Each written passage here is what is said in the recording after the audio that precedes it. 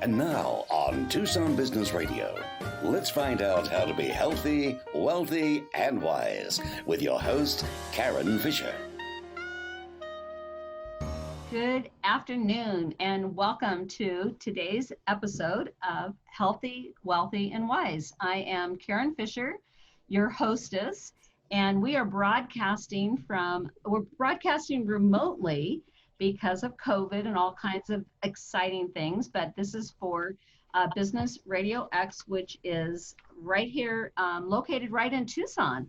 But it's interesting in terms of technology as far as what we've got going on.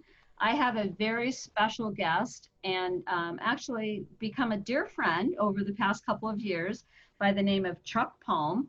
And he is the owner, his own company. He's an entrepreneur, and he is the owner of his own company, which is Palm Integrative Coaching. Now, I have to share with you, my listeners, that his resume basically reads like his bio reads just like an absolute who's who. But I just want to give you some of the details, and we are going to really focus on all of the changes. There are so many things that Chuck can share with us and people that he's been working with as how we adapt to this new world that we have, because as really since March, nothing's been the same. So Chuck, real quick, tell me what the initials MPH and CPIC mean. And welcome, by the way. Well, thank you. I'm really glad to be here on your show. And I'm a big fan of yours, so I'll try not to giggle while we're doing this one. So MPH means I have a master's in public health from the University of Arizona's Melanie Zuckerman College of Public Health. Go Cats! Yeah, go Cats. My undergrad's degrees were from the University of Maryland, so go Terps, I guess, too. Okay. And CPIC means I'm a certified professional integrative coach. So that was a year-long program of certification that allows me to have those initials, and I'm part of an international certification process for that. Well, and I wanted to very specifically say as far as the information, because people oftentimes don't know what those initials mean, but the reality is there's a huge difference when you're a certified coach. There's a lot of people that are hanging up a shingle that just say, I'm a coach, as far as that. But one of the things that you have a real expertise in is helping both professionals on an individual basis as well as organizations to basically overcome limiting beliefs, which we all have limiting beliefs. The questions are those limiting beliefs things that we are aware of, or what are we doing, and how are we able to basically, with those limiting beliefs, maybe eradicate them or at least minimize them? Because I think kind of like an onion, as you start peeling the layers back over and over again, you think, oh, I got that figured out, and then something else pops up. So we'll talk a little bit, several things about some of the things that he does as far as strategic planning and how you work with both individuals and companies to help, and it's kind of a cliche term, but I know it really matters of, how do you move the needle forward, and how do you achieve what those goals are and the things that you want to do as far as that. I know that you have helped a lot of entrepreneurs, business professionals, both for-profit and also nonprofit companies, and just helping everybody serve in their community. And then some actually really interesting things. You've also served, you are a veteran, and again, I thank you very much for your service. And along with that, you've actually lived all over the world, literally all over the world. You were in the South Pacific. Were you born in the Marshall Islands? Was that correct? Or no? I was born in Spain. My father was also in the Air Force. Okay. Yeah, so places I've lived have been like Spain and the Philippines and in Germany, around the country here in the U.S., and I've worked in the South Pacific. That's fantastic. And then in terms of just the things that are happening right now, first and foremost, I do know that as part of your role, you are actually at the beginning of some of the things that were going on with the COVID-19 crisis, you were actually called to Banner Health to help, for lack of a better term, triage. So can you talk to me a little bit about that? What was that like? So I also have a gig with Banner Health Services, and uh, normally what I do is a lot of coaching with patients and other community members, focusing on their health and wellness, especially around diabetes. But with the invasion of COVID-19 into our community, the hospitals went on high alert all over the country, and certainly with Banner too. And so one of the big needs that arose with Banner was reorganizing all of their clinics. And so I went from somebody who was doing a lot of education and coaching and things like that with people to being totally geared up with the mask and the goggles and the cap and the gown and the shoe coverings and the gloves and doing all of that sort of thing, and greeting and helping to triage sick patients who were coming into clinics. And at the time, because we didn't know where or how big things were with COVID-19 in our community, we just assumed every patient that came in who was feeling sick had COVID-19. And the thing was, they all feared that they were sick too. And so it was a real hello to the brave new world. And I did that for about 5 weeks. Well, thank you so much for doing that. Many of my listeners might not know that although I have been both a loan officer, I'm in my 21st year as a loan officer, but between real estate and finance, that's since 1983. So we're 37 years there. But prior to that, my field of study was in biomedical engineering. And I actually worked both for, at the time it was not Banner, it was University Medical Center and also El Dorado Hospital and Medical Center. And I basically did everything within I did everything within the medical field that you didn't have to have a license to do. So I did inpatient and outpatient admitting. We had x-rays, but there was actually the filmed cases. So we'd have to develop the films for things that were going on. So I do date myself there. And then I drew blood for the lab. So the joke is I really can get blood out of a turnip. So there you go. But it's just interesting because I think about all the things that we did, and interestingly, just being behind the scenes as far as at the hospitals and understanding, just how all of that works and what that is like as far as the shift work and things like that. And so thank you very much, because having been on the front end as far as some of that stuff, I can't even imagine trying to admit a patient with all this stuff and gear on you with 86 million forms and everything that we had to do at that time. It's a lot. So, but what we want to talk about today, because on the Healthy, Wealthy, and Wise, this is a love of mine, truly, to be as an outreach and to share resources for people. And one of the things that I have noticed as, we're broadcasting, we're doing things with technology that we were forced to do. But I think that there's a number of people, no matter what stages that they are in, that they're really experiencing a tremendous amount of stress. And you alluded to it a little bit about even just the patients, but what about as far as maybe like as far as the hospital staff? I mean, they have to, here they're doing their job, but lots of things that are happening there. So tell me a little bit about what that was, how you personally processed that even. Well, stress is an inevitable feature of being a human being. And I think that it's an enduring myth that stress is something that we can just get rid of. We can just either wish it away or work it away or drink it away or something like that. And the one thing that I do know is that it's all about how do you manage the stress? How do you recognize that you're in a stress situation?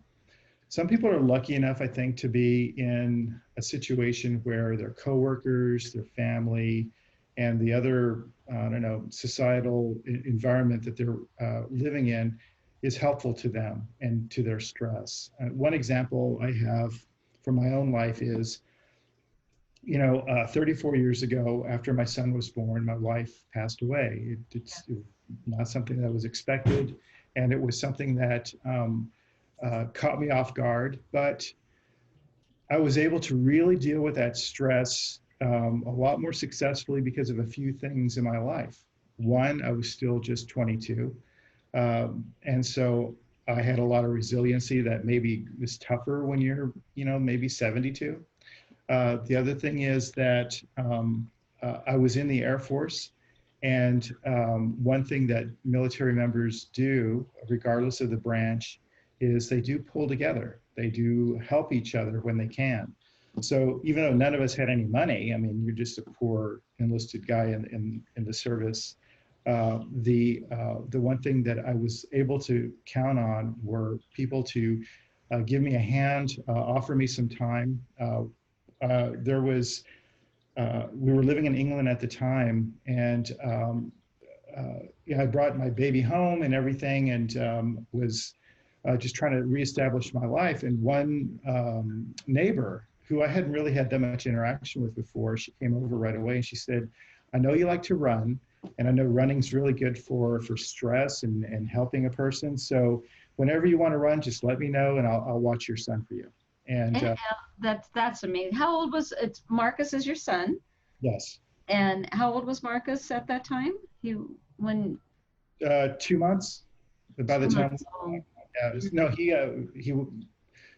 when my wife passed away, he was 1 month old. So, oh gosh. After I got back to England, it was just a real outpouring of support.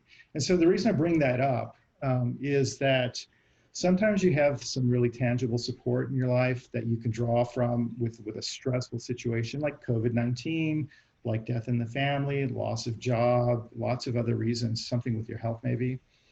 But sometimes you don't have a really strong structure around you. And so I think at that point, it's really good to have other structures that you can create, maybe some routines or some ways of recognizing stress that really can help you. And I know that what I've seen a lot of in the last few months has been sort of like this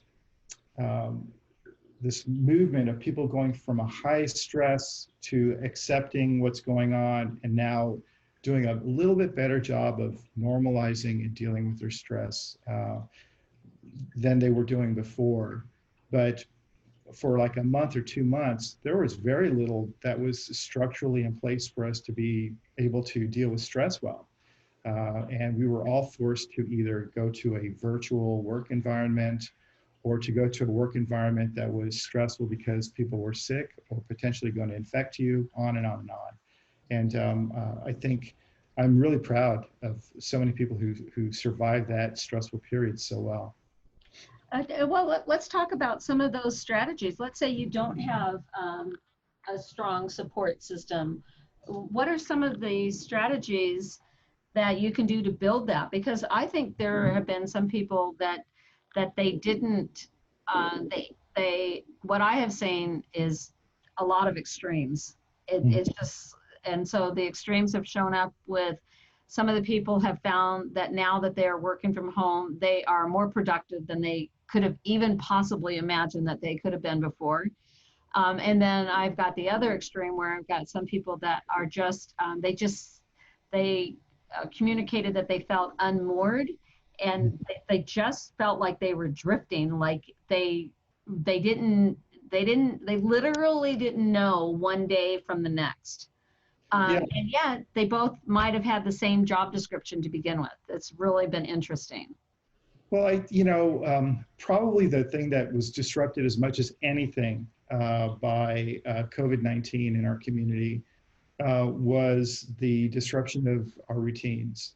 And I think for almost everybody, a certain level, whether low to high, of routinization is really important to us.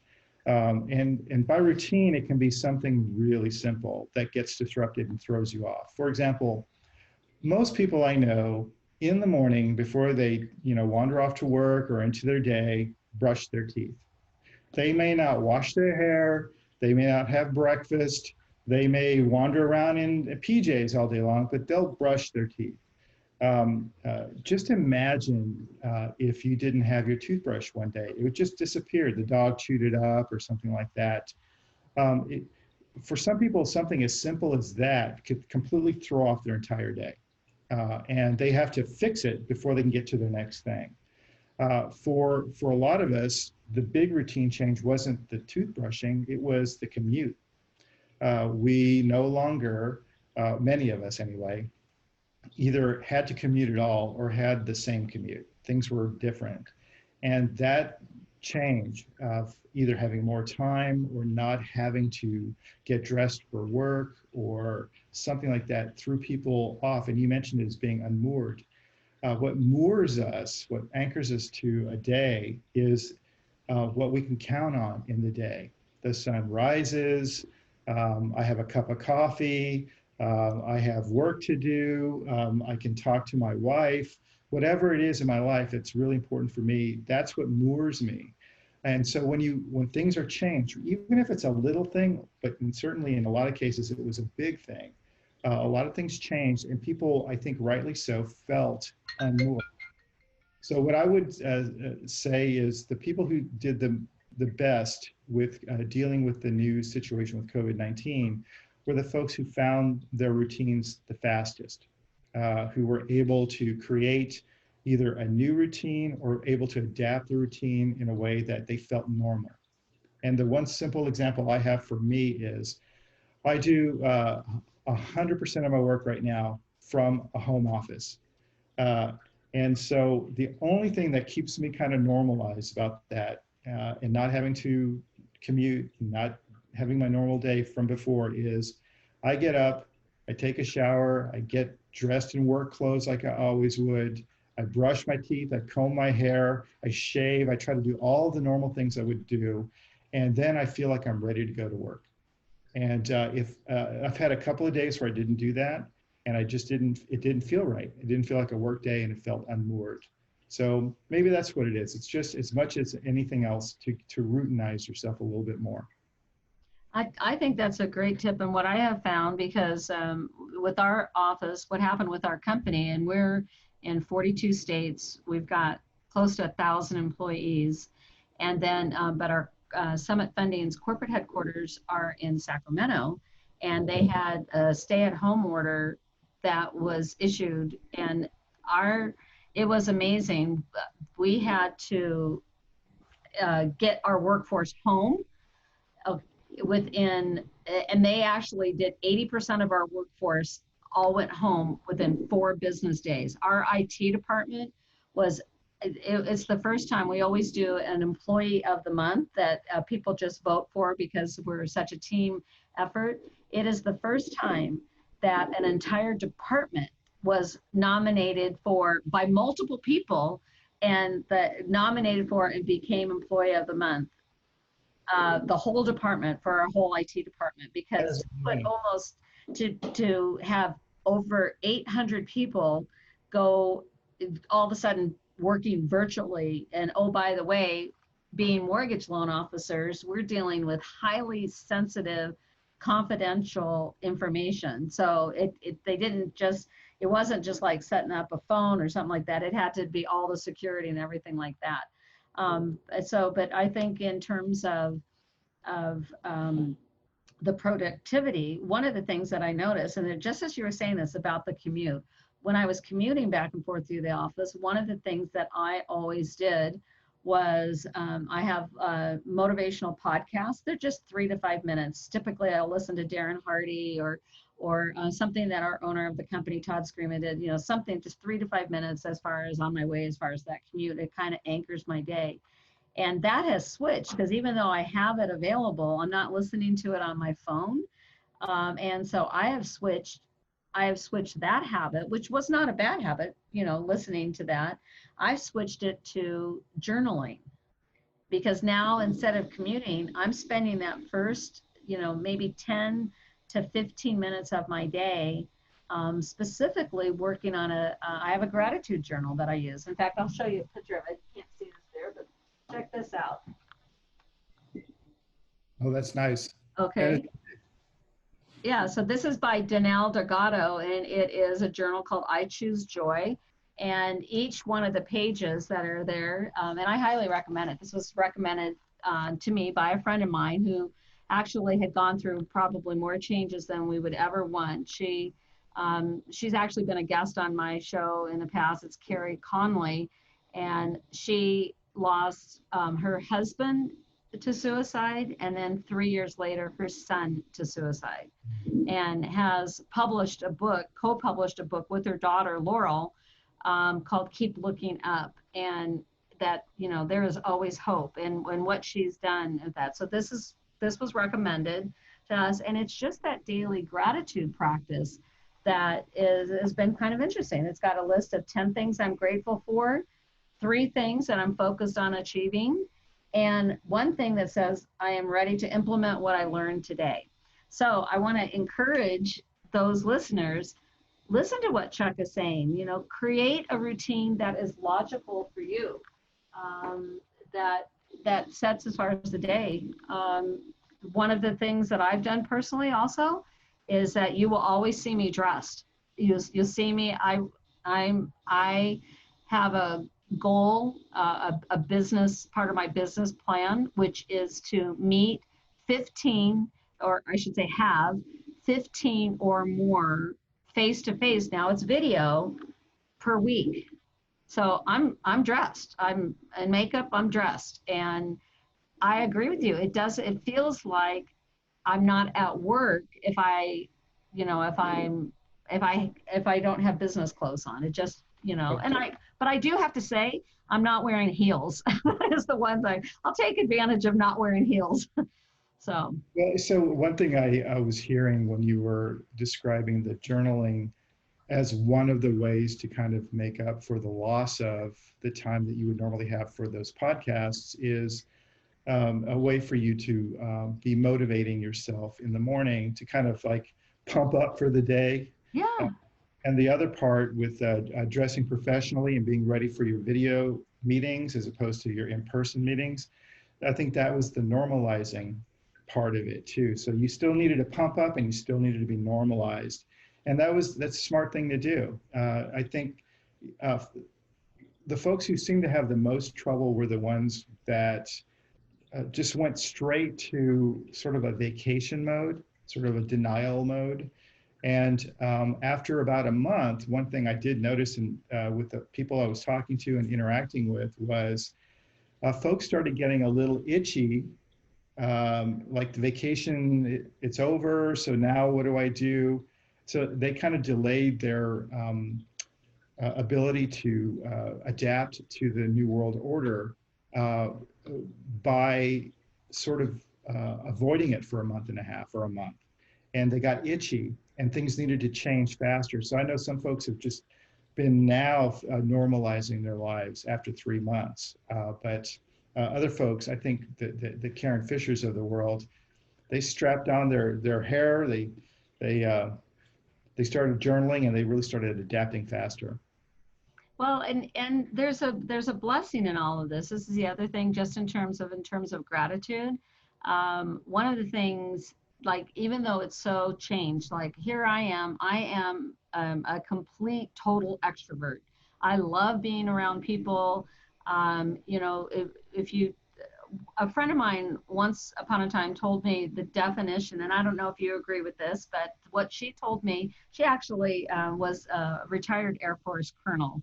And my dear friend Colonel Dexter said that the definition between an extrovert and an introvert is not whether you're social or not.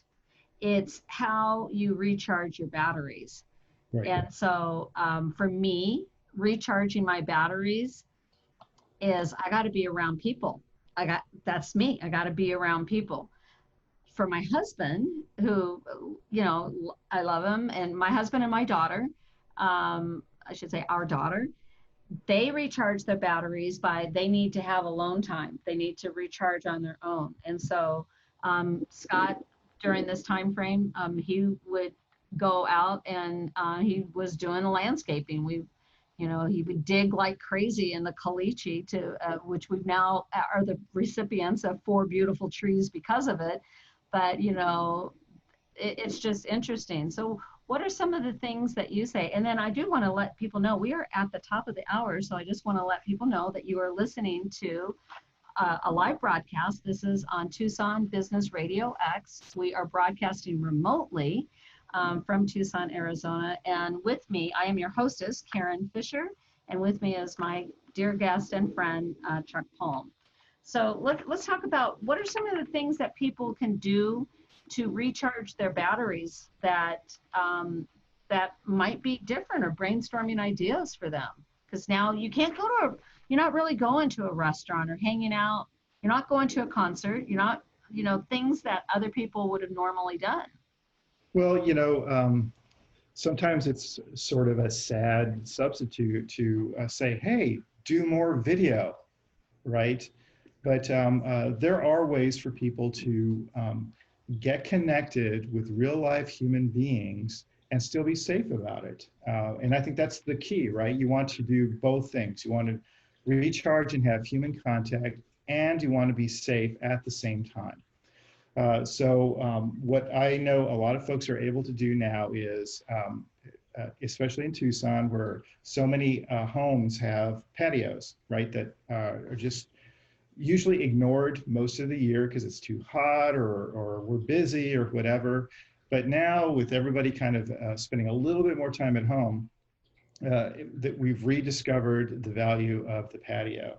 So I know that my wife and I have been able to visit her folks across town, and we'll go, you know, we'll sit in the patio, we'll be socially distanced from each other, we'll be sharing iced tea, and having the opportunity to see a real human being and interact, and not have to have the interruption of the screen all the time. And I think that's really been a lot of fun.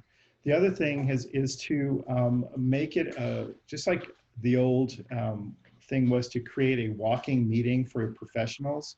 You can create a walking visit. Outside is the best and safest way for people to interact with one another, as opposed to being with strangers or people you're not living with indoors and sharing the same circulated air with AC.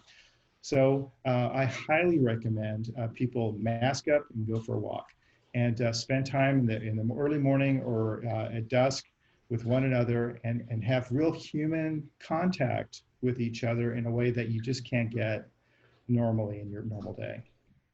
I think that's a great idea. One of the other tips that or just information that I've heard, is that one of the top things that we can do to boost our immune system. So we're talking about stress, and of course, the only way you're going to have no stress is if you're dead. That's the reality, right? But there's a difference between that correct amount of tension and stress, and that fun and creating excitement versus that unhealthy piece of it. But being outside and being in the sunshine is one of the top things that you can do to boost your immune system. Part of it isn't just the sun. Part of it is just the fact of being in nature. Like being, our daughter is, as you know, is getting her doctorate in applied mathematics with an emphasis in computational neuroscience, which is a mouthful. But she's been doing some of the additional research on some of the numbers and some of the statistics for the COVID-19 out of a huge, like, world. I don't even know who's hiring for all of this, but you know, big data work that they're doing. And one of the things that they're finding is that some of the areas where the cases got just exploded really, really quickly were in where people were living in what they call a vertical world versus a horizontal world. In other words, they're living in the high rises in New York City versus, like you said, we've got patios here. There are a lot of places within the great, the true urban cities, they don't have patios. They literally have to get out of their apartment and go down and do something. But getting out and being around nature is one of the things. I think another thing to Else, I just want to throw in there, you're talking about nature. There are a number of studies that really have shown the positive effect of nature on our psyche, not just on our mood, but actually on our health. And there's a lot of reasons for it. There's nothing magical about it. It's just a natural reaction of stress reduction in the body when a person is in nature. Now, it's tough in the middle of the summer in the desert to get out into nature, super effectively. But there are lots of versions of nature, and some of that nature is in the backyard. So I think we don't have to go up the burning mountainside. We don't have to travel to the coast or anything like that to get outside and get into a natural state.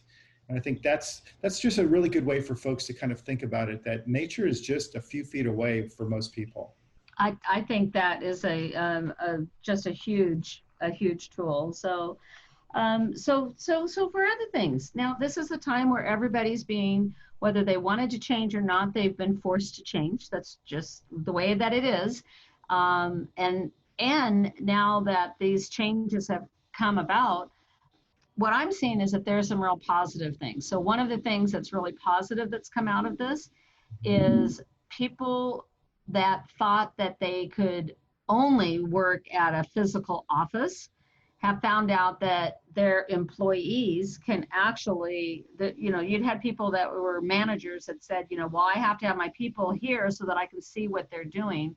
And so when they sent that workforce home, and to realize that people are being actually, in many cases,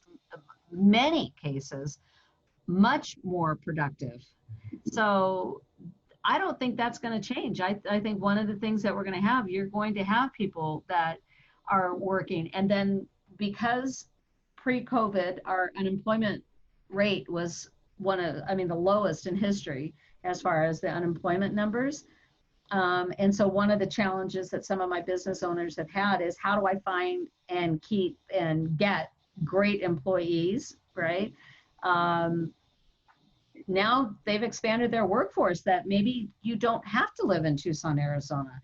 Maybe you could be my absolute ideal, whatever employee that is, but you might be in Wisconsin or wherever. So what other changes besides that have you seen with some of your clients, that all of a sudden they're like, wow, I didn't even think that was possible, but now I've been forced to change, and I never in a million years would I have considered that, and now it's the norm, the new norm, if you will. Well, I think a couple of directions it's gone with people I work with. In the one sense, some industries have done a really good job of adapting. I think a surprising number of people are still buying and selling homes, are still remodeling, are still upgrading their homes. As they spend more time at home, they notice more things wrong. So there's repairs going on and things like that. So a lot of the trades have been really busy. The ones that wanted to be busy are really busy.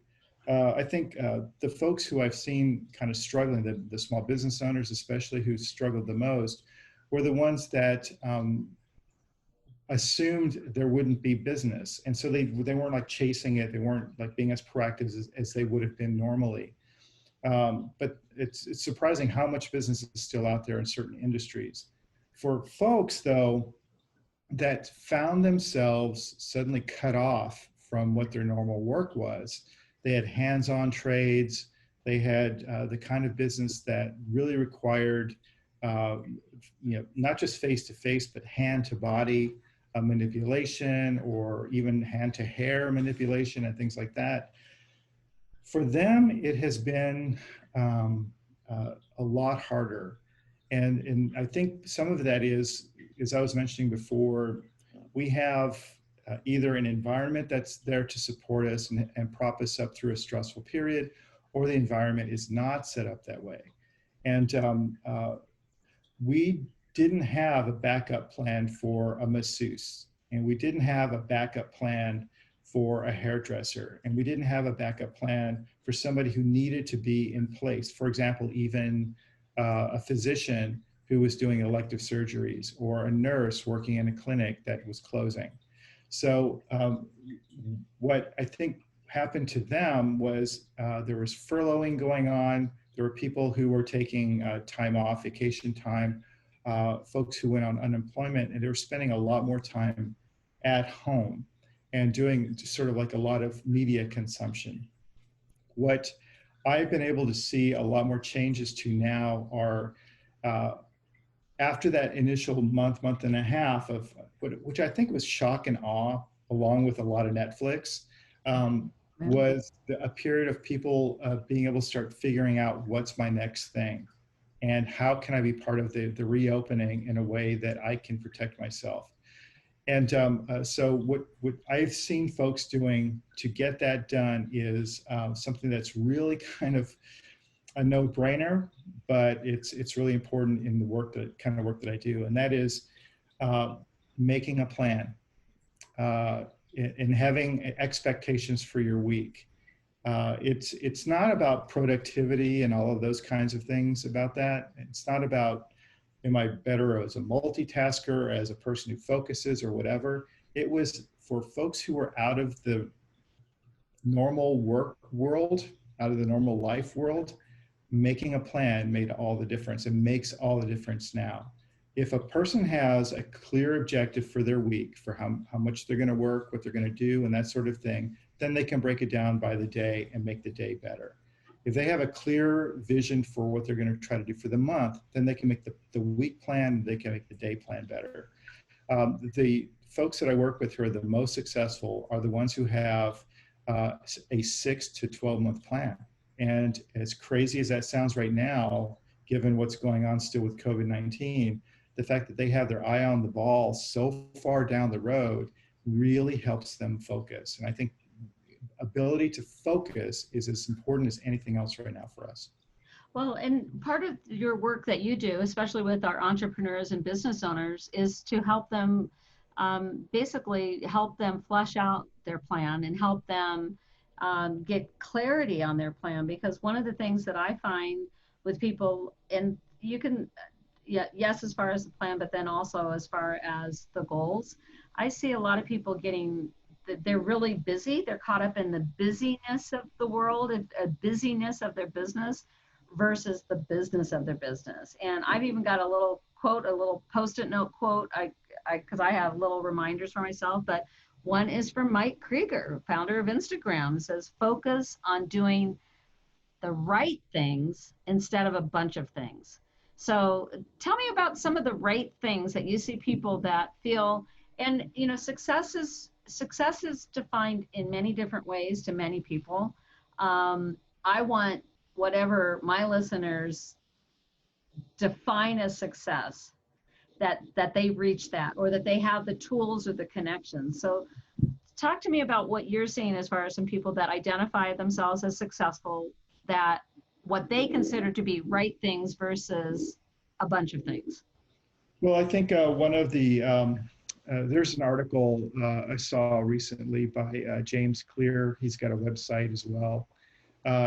And he encapsulated it this way, and this is not new, but it is something that it bears repeating, and that is focusing can often come down to what we decide to say no to and what we decide to turn off. Focus isn't about, oh gosh, I gotta just try harder and really focus more, and that's how it's gonna work. I keep talking about your environment helping or hindering you. One of the big things that I picked up in my work in public health over the years is creating environmental strategies.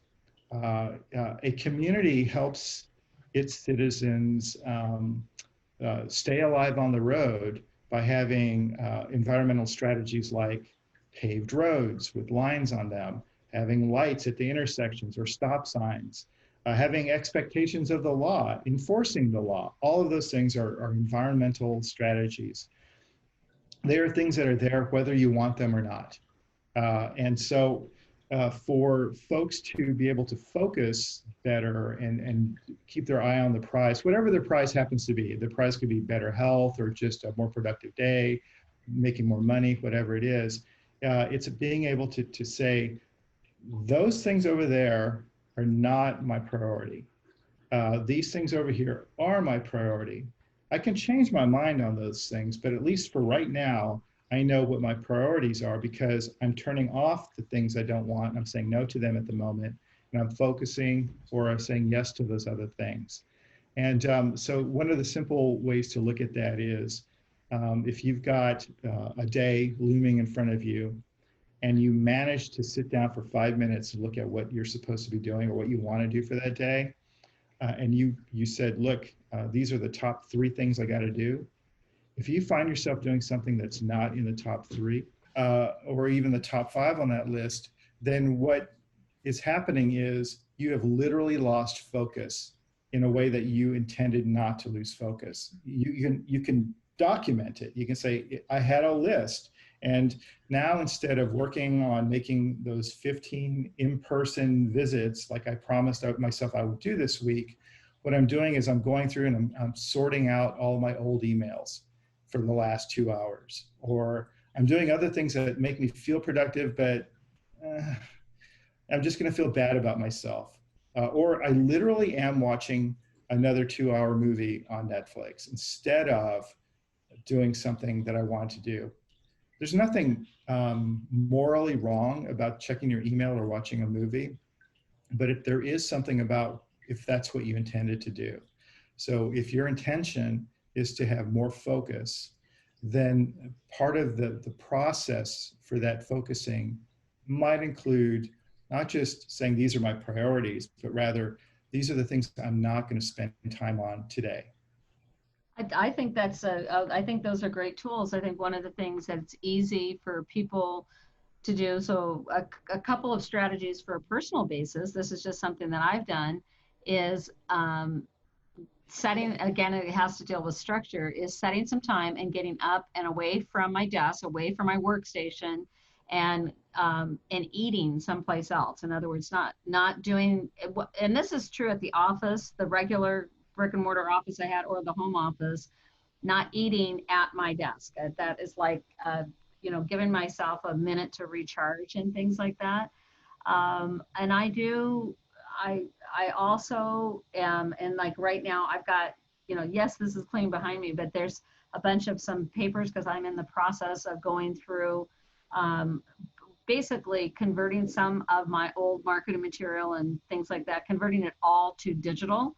And so getting those stacks of things done. I have to, on a personal basis, and it may be because I just like to have fun, I have to make it fun. If it's not fun, I am like, I don't want to do it. And so what I will do is I play a game. This is, I love numbers. People know I love numbers, but I play a game called Beat the Clock. I try to see in 12-minute increments to see how much I can get done in 12 minutes just for fun. An accountability partner. We talked a little bit off the air about, I have a friend of mine who's a dear friend that is in the Denver area, and Terry and I have committed that we're each going to drink 6 12-ounce glasses of water per day, and sending us a text at the end of the day. And after 90 days, our celebration, we're going to do something fun together. So, but let's talk about this. One of the things that you've said that you wish people would ask of you is that for them to ask of you, or that you ask of them, imagine if you had unlimited money, time, and energy, what would you have done different in your earlier life, and what would you do now?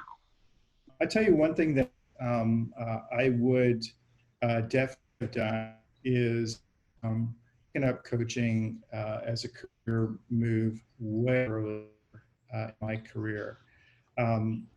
Work that I did for many years involved work around coaching, whether it was working with organizations to help develop strategic plans and go forward, career programming, doing a lot of consultation, and then doing a fair amount of active coaching, but setting myself up as a a shingle hanging coach would have been something I would have done a long time ago.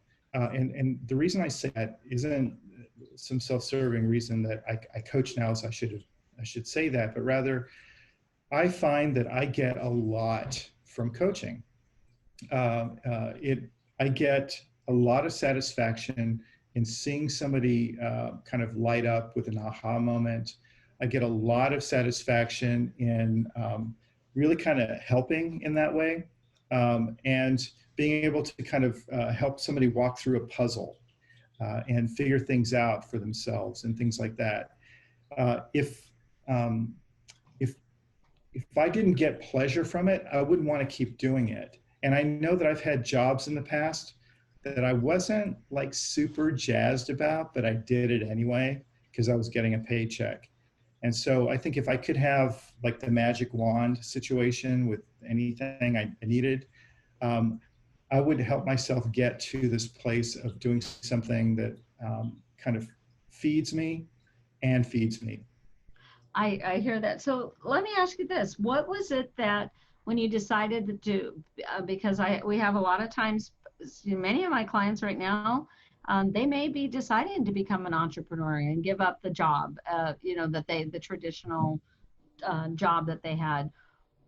What was it that made you finally, I mean, to say and to truly hang out your shingle, if you will, for Palm Integrative Coaching? Was there any, was it just a series of decisions that built up, or was there at one point in time that just said, you know what, that's it, I am going to do this?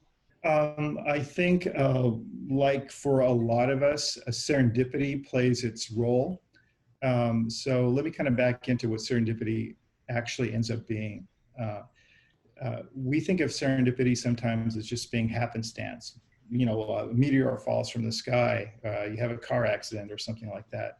But most of the time, serendipity is things that you've done in the past to put you in a position for the next thing. And so if I hadn't been in Tucson, I wouldn't have had Tucson experiences. How did I get to Tucson, et cetera? There's just a lot of ways to kind of look at this sort of butterfly effect. But for me, what the serendipity was, you know, after I'd been working in public health world for like 11 years, I had a change of job because my previous work had stopped because a grant ended. And the job that I needed to get, I ultimately got, actually required a master's degree. And I didn't have one. And I remember after I got the job, like, I don't want to be in that position again. I'm going to work on my master's degree. And I got it in public health. And then right away, things started changing for my career from that decision on. So serendipity and life circumstances got to that. I've been working in that way for maybe another 9 years, or maybe another 4 years after I'd gotten my degree. And I had a job change and I started working at Canyon Ranch as part of their nonprofit Canyon Ranch Institute. And I got to see firsthand what it was like for people to really have their lives changed by somebody who was providing them either wellness coaching or life coaching or something, where that person was there for a day or a week or a month, and they were focusing on change, and they got to make that change happen. And I got to experience that firsthand, seeing it at Canyon Ranch, but also working with communities around the country in the nonprofit. And that's when it occurred to me, that is something I can do. So that's sort of a serendipitous way of getting to what I really intended to do probably all along. Well, I am just beyond thrilled that you have been my guest today. I do know, and I want you to go ahead, and we'll have your information up there, but one of the services that you do, which I think is just great, and this is a tip for some of our entrepreneurs, that maybe you offer something that is a low barrier to entry, if you will, but you offer a free coaching consultation. So if somebody wanted to take advantage of that, there's a lot of people that have never had a coach. I happen to have had business coaches on a personal basis. I've had business and professional coaches ever since I started in '83. But even prior to that, I was kind of conditioned for coaching because for many, many years, I had been a competitive gymnast. Having a coach, having multiple coaches was just a fact of life for me.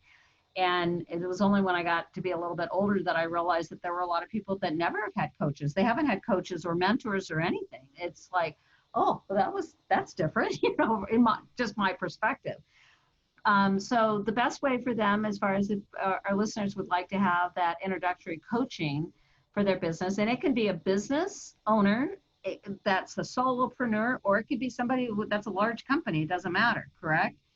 So That's right. what's the best way? So what usually happens is somebody's seeking. They're either their business is growing or it's contracting, or their career is growing, or they're changing, or they are starting a brand new business. Either way, there's like a lot of questions. There's a lot of uncertainty in the future, and so they're thinking, maybe I need to talk to a coach who can help me kind of put the things together and connect the dots and all of that. So I do make it easy for folks. I do offer a free session. It's not a consultation on how to get coaching or anything like that. It literally is a whole session. It's a whole session where they can focus on anything they want. And a lot of times, folks finish the session, they get exactly what they needed from the one session. They figured out their next step. They feel confident. They move on. And then sometimes it turns into more of a relationship where I'm working with their company or I'm working with them in some other way. But that's the only way people can really sometimes get a sense of what coaching is, because I know that before I had coaching for myself the first time, I was leery of it. I didn't know what to expect from it. There was just so many barriers to me until I had my first session with somebody, and it was also a free session, and I realized that's the way to do it. So that's fantastic. So we'll have your information up there, but go ahead and just let people know that might be listening. What is the best phone number that they can reach you at? Yeah, they can reach me here at 520-440-3679. Repeat that. 520-440-3679, and they can text me on that. Fantastic.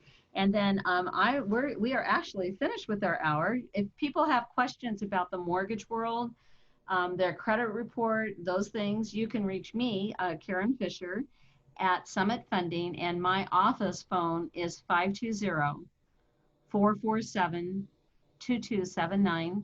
That's 520-447-2279. And thank you again for being my guest. And this is a wrap for today's episode of Healthy, Wealthy, and Wise. Well, thanks for having me on.